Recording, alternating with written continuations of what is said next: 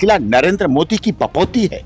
क्या लाल किला राहुल गांधी की बपौती है, खड़गे साहब की बपौती है? लाल किला का ध्वजारोहण प्रधानमंत्री आएंगे जाएंगे, सरकारें बनेंगी बिगड़ेंगी, लाल किला का ध्वज इस केवल कपड़ा नहीं है। लाल किला के ध्वज जो तिरंगा लहराता है वो केवल केसर या श्वेत और हरा केवल कपड़ा नहीं है, वो इस देश के करोड़ों लोगों की भावना है।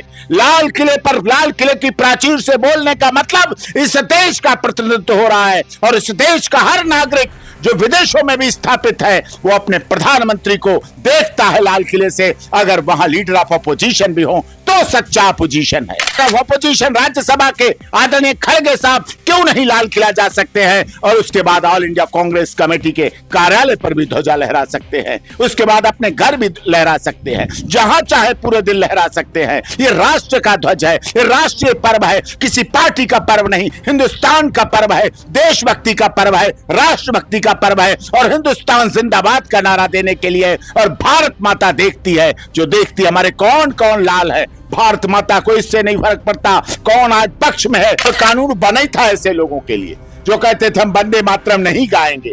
अरे मादरे वतन इस्लाम जो मुस्लिम धर्म है वो भी मादरे वतन कहता है, वो भी अपने माँ के पैरों में, माँ के चरणों में जन्नत बताता है कि माँ के पैरों में जन्नत है, जन्नत से बड़ी कोई चीज नहीं है।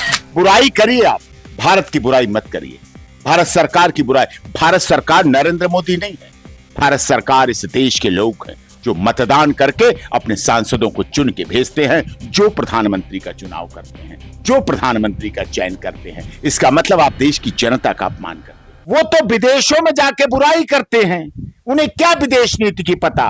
भारत की बातों को, घर की बातों को विदेशों में बुराई के रूप में बताते हैं, और गले राहुल गांधी जी भी मिलते हैं। मैंने देखा है राहुल गांधी जी को शिवराज सिंह चौहान जी की शादी में, मैं व्यवस्थाओं में था।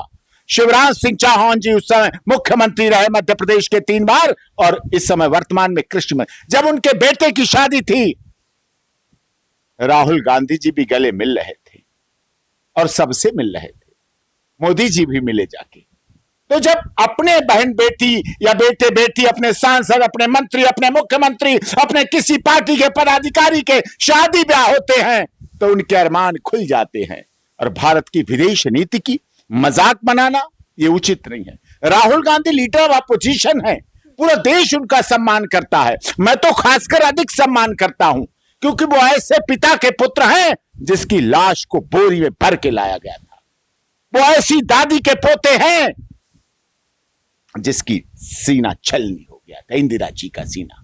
वो ऐसी दादी के पोते हैं जिन्होंने कहा था भुवनेश्वर से आने के बाद, और भुवनेश्वर का उनका आखिरी भाषण था कि मेरे खून का एक एक कतरा इस देश की एकता अखंडता को मजबूत।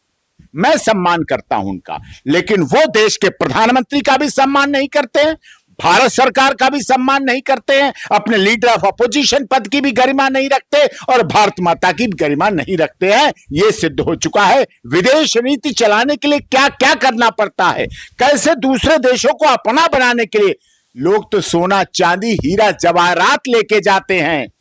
हमारे देश के नरेंद्र मोदी तो केवल ये भागवत गीता लेके चले जाते हैं, एक छोटी सी गीता लेकर चले जाते हैं, रामायण लेके चले जाते हैं, गंगा जल लेके चले जाते हैं, और प्रसाद लेके चले जाते हैं उज्जैन महाकाल का और माता वैष्णो देवी का, और लोग स्वीकार कर लेते हैं उसको।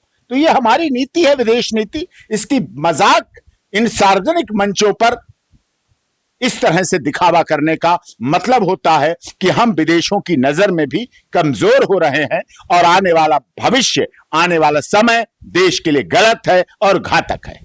मतलब इससे फर्क पड़ेगा अगर बाई चांस ये बाहर जा रही है, वीडियो बहुत वायरल हो रही है क्योंकि इसे विदेश में भी गए होंगे, वहाँ के भी लोगों ने देखा होगा, तो उनको क्या फील हुआ होगा कि एक अपोजिशन भी, भारत की अपोजिशन कितनी गिरी हुई है, भारत की अपोजिशन कितनी घटिया है, जिनका विदेश के नेताओं का कोई लेना देना नहीं, कोई संपर्क नहीं, कोई संबंध नहीं, केवल विदेश नीति के लिए आधारित है। वो अपने देश के प्रधानमंत्री के साथ साथ उस देश के लोगों का भी अपमान कर रहे हैं। जो गले मिलता है, और गले हर देश के मिलते हैं, वो अपने इटली के लोग भी गले मिलते हैं। वो राहुल गांधी अपनी ननिहाल की भी बदनामी कर रहे हैं। इटली के प्रधानमंत्री, इटली के राष्ट्रपति, इटली के मंत्री प्रधानमंत्री भी जब आते हैं तो मोदी जी से गले मिलते हैं, जो कि उनके रिश्ते में नाना लगते हैं, जो कि मामा लगते हैं और ममेरे भाई लगते हैं। जो उनके राहुल गांधी जी के ममेरे भाई, मामा और नाना है इटली के, उनकी भी अपमान हो रहा है ऐसी मिमिक्री करके। उन्हें नहीं एहसास है कि अपने नाना मामा ननिहाल की तो लोग इज्जत करते हैं। अरे ननिहाल का तो इज्जत रखता है,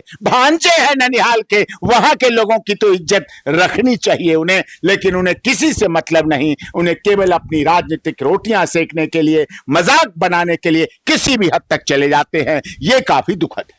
देखिए अभी 150 साल हो गए हैं वंदे मातरम गीत को, अपने राष्ट्रगान को बने हुए, राष्ट्रगीत को बने हुए। उसी पे अभी हाल ही में सोनिया जी और कांग्रेस के कार्यकर्ताओं के बीच वो गाना बजाया जाता है, जिसको सोनिया जी एकदम उतावली हो जाती है कि वो बंद करवा दिया जाए। आप इस पे क्या बोलें?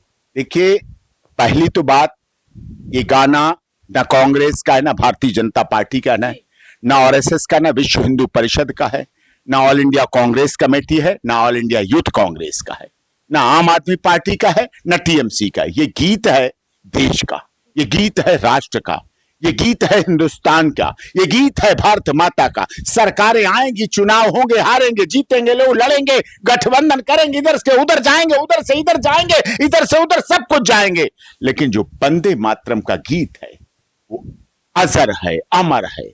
वो बात अलग है कि 150 साल के बाद वो गीत, जहां उसे आज 80 साल पहले स्थापित हो जाना चाहिए, उस गीत को स्थापित होने में 80 साल लग गए और पहली बार संसद में गाया गया वो गीत पूरे 6 अंतराओं के साथ। अगर वो गीत सन 1945 को गाया जाता आजादी के बाद, तो इस देश के लोग नासूर नहीं पैदा होते। इस देश में डॉक्टर, इस देश में चार्टर्ड अकाउंटेंट, इस देश के वैज्ञानिक आतंकवादी नहीं बनते, लेकिन इस देश में doctor, chartered accountant, engineer, NGO, समाज के नाम पर करने वाले भी आतंकवादी निकले। अगर वंदे मातरम गीत को कोई सहज कर ले, सहेज ले अपने मन में, तो उसमें राष्ट्रभक्ति उसके डीएनए में आ जाती है, उसके खून में आ जाती डीएनए, उसके मन में, मस्तिष्क में, दिमाग में, जुबान में राष्ट्रभक्ति और देशभक्ति आ जाती है। और जो अपने राष्ट्र का हो गया, उसे जीवन में कभी पीछे मुड़ने का, देखने का अवसर नहीं मिलता। जो अपने देश का नहीं हुआ, जो अपने समाज का नहीं हुआ, जो हिंदुस्तान का नहीं हुआ, वो कहीं किसी का नहीं हो सकता है। ये भाव भी पक्की बात। कांग्रेस कार्यालय में राष्ट्रगान वंदे मातरम के गीत के साथ असहज जोड़ जाना, अब तो कानूनन भी गलत है, अब तो लीगली गलत है। अगर आप सावधान की मुद्रा से हटते हैं, अगर सावधान से उससे हटते हैं, अगर सावधान की पोजीशन से हटते हैं, इधर उधर गर्दन करते हैं, तो वो अपमान है। हाँ, अगर आप बीमार हैं तो आप अलग बात है। अगर आप में कोई तकलीफ है, अगर कोई शारीरिक व्याधि है तो क्षम्य है, अगर कोई मानसिक बीमारी है तो क्षमा नहीं है। अगर आपकी वंदे मातरम के प्रति कोई मानसिक बीमारी है तो इस देश के लोगों को किसी तरह से भी पसंद नहीं आएगी। इसीलिए मानसिक बीमारी से उठना चाहिए, कांग्रेस को बाहर निकलना चाहिए। कांग्रेस ने देश की आजादी में कार्य किया, कोई मना नहीं कर सकता, लेकिन क्या अब वो अपने कार्य को, अपनी मेहनत को केवल एओ ह्यूम तक छोड़ देना चाहते हैं, जो कांग्रेस के संस्थापक थे?